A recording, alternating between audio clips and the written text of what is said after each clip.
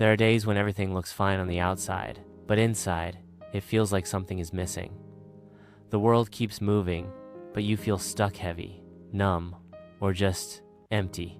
This isn't just sadness, it's something deeper. Depression wears many faces. It doesn't always look like tears or breakdowns. Sometimes, it's quiet. It lingers. It hides behind laughter, daily routines, or even new beginnings. In this story, we'll walk through 4 different lives, each one carrying a different shade of depression. Each one real. Major depressive disorder.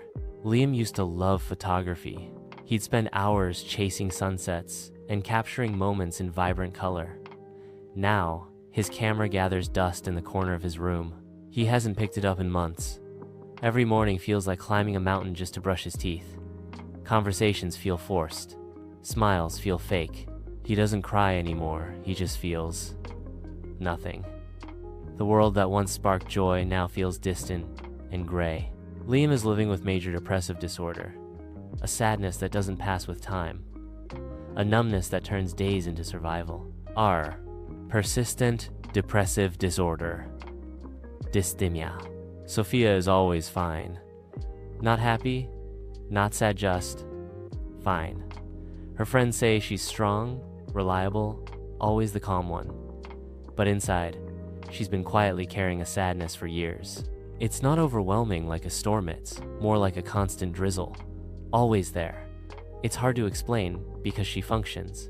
She works, laughs, even makes plans, but the heaviness never really leaves. That's what dysthymia feels like, a long, slow ache that becomes part of your daily life.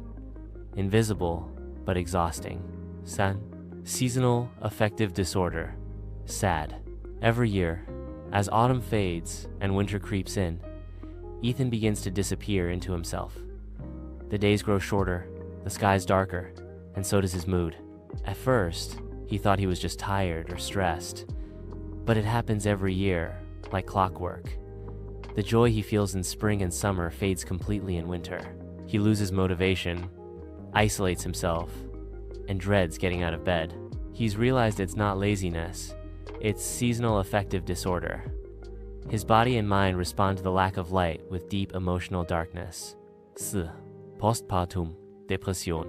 After giving birth to her daughter, Ava expected joy, and there were moments of itiny smiles, first cuddles, but beneath it all, she felt overwhelmed, anxious, and deeply sad.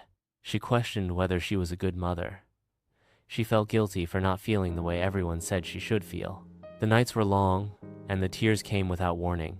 Ava was experiencing postpartum depression, a silent struggle that many mothers and fathers face after childbirth, but few talk about. Depression doesn't always look like what we expect, but every story matters. And in sharing them, we remind each other that we're not alone and that healing, though not always easy, is possible.